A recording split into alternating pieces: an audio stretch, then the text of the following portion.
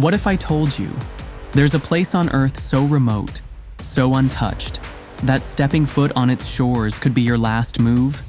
An island lost in time, where the people live like their ancestors did 40,000 years ago, and where outsiders are met with arrows, not welcomes. This is North Sentinel Island, home to the most mysterious and isolated tribe on Earth. And today, we dive deep into their hidden world, a place few have seen, and even fewer have survived.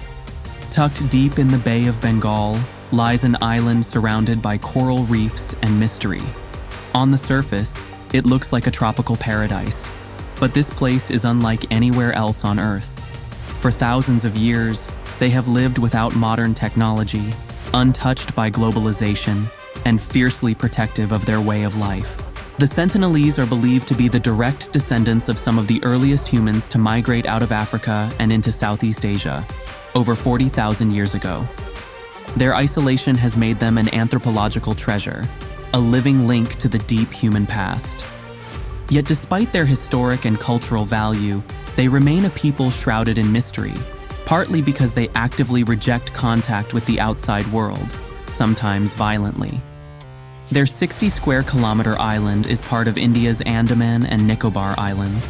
While other indigenous groups in the area, like the Onge and Jarawa, have had contact with modern civilization, the Sentinelese have made it clear they want to be left alone.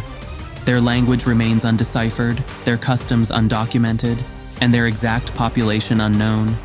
Estimates range from 50 to 400 people. North Sentinel Island has a long and troubled history of contact attempts. The earliest recorded mention was in 1771, when a British surveyor spotted lights on the island from afar. Nearly a century later, in 1867, an Indian ship named the Nino was wrecked near the island. The 86 crew members survived the crash and made it to shore, only to be attacked with arrows tipped in iron after 2 days. The British Navy rescued them just in time. In the late 1800s, British colonial authorities tried to establish contact. Officer Maurice Vidal Portman led several expeditions, even going so far as to kidnap 6 islanders, 2 adults and 4 children. The adults quickly died of disease after being taken to Port Blair, and the children were returned, possibly introducing devastating illnesses to their people. Portman later admitted that the expedition only increased hostility and fear. The 20th century brought shipwrecks and even more close calls. In 1981, a cargo ship named Primrose ran aground during a storm near North Sentinel. For days, the stranded crew watched as dozens of armed islanders gathered on the beach, preparing makeshift boats to reach the ship. The captain requested guns, not rescue. Eventually, helicopters evacuated the crew before an attack could happen, and the islanders were left with the wreck, a steel treasure chest full of tools, parts, and strange artifacts. Over the years, the Indian government made repeated attempts to build peaceful relations. From the 1970s to the 1990s, they sent anthropologists and officials on gift-giving missions, leaving coconuts, metal cookware, and other supplies on the shore. Sometimes the Sentinelese accepted the gifts silently. Other times, they responded with hostility. In 1991, officials reported a rare breakthrough. The tribe approached the shore without weapons and waded into the sea to collect coconuts. It was the most peaceful contact ever recorded, but it was short-lived. By the mid-1990s, India officially ended direct contact efforts. Observers realized that even friendly interactions risked spreading disease and disrupting their way of life. The Sentinelese had no immunity to modern illnesses, and continued interference could spell their extinction. Since then, the Indian government has enforced a strict no-contact policy, declaring the island a tribal reserve and banning anyone from coming within 3 nautical miles. Despite these laws, the island has continued to attract outsiders, often with tragic results. In 2006, 2 fishermen illegally fishing for crabs drifted too close. Their boat washed ashore, and both men were killed.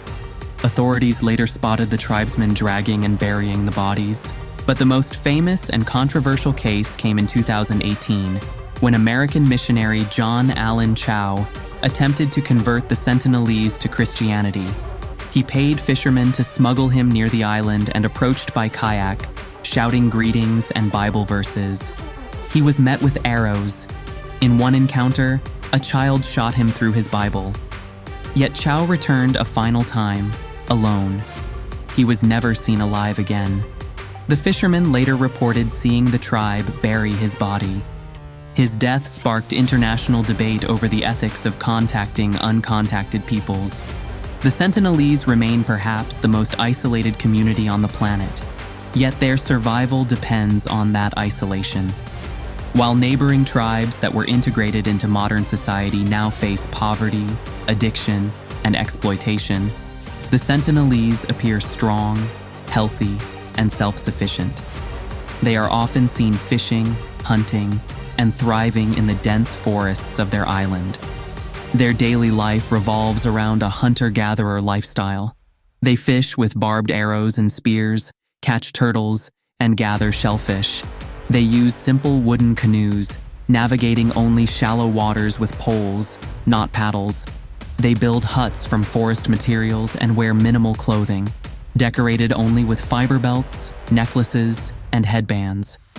Interestingly, they use metal, not forged, but scavenged.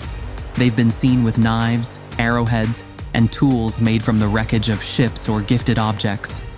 These scraps are shaped using stone tools and fire, similar to how Native Americans repurposed metal after European contact. Despite their Stone Age-like existence, the Sentinelese adapt and innovate in small but meaningful ways. Their arrows are long, nearly the height of the archer, often with barbed heads used for fishing. Their bows are flat, and they carry these weapons at all times. Their behavior toward outsiders ranges from curious to hostile, but there's a consistent message. They do not want help, conversion, or visitors. The big question remains, should they ever be contacted? History tells us no. Whenever isolated tribes are exposed to modern civilization, it almost always leads to disease, loss of culture, and dependency. Even when contact is well-intentioned, the result is often devastating. The neighboring Jarawa tribe, after being contacted, suffered from alcoholism, malnutrition, and even became victims of human safaris, where tourists paid to observe them like zoo animals. The Sentinelese, in contrast, are among the few indigenous peoples to avoid these fates, not because of luck, but because of resistance.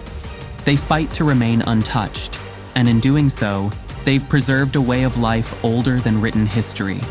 Some scientists have even drawn comparisons between the Sentinelese and how humanity might react to intelligent extraterrestrial life. The zoo hypothesis suggests that advanced alien civilizations might be observing us without interfering, just as we now observe the Sentinelese from a distance. In the end, North Sentinel Island represents more than just a geographical location. It is a symbol of a world before colonization, technology, and globalization. Thank you for joining us on this extraordinary journey. If this story made you think, inspired you, or simply opened your eyes to a world beyond our own, then consider subscribing to Informed Earth. We explore the forgotten histories, hidden tribes, and untold truths that rarely make it into textbooks.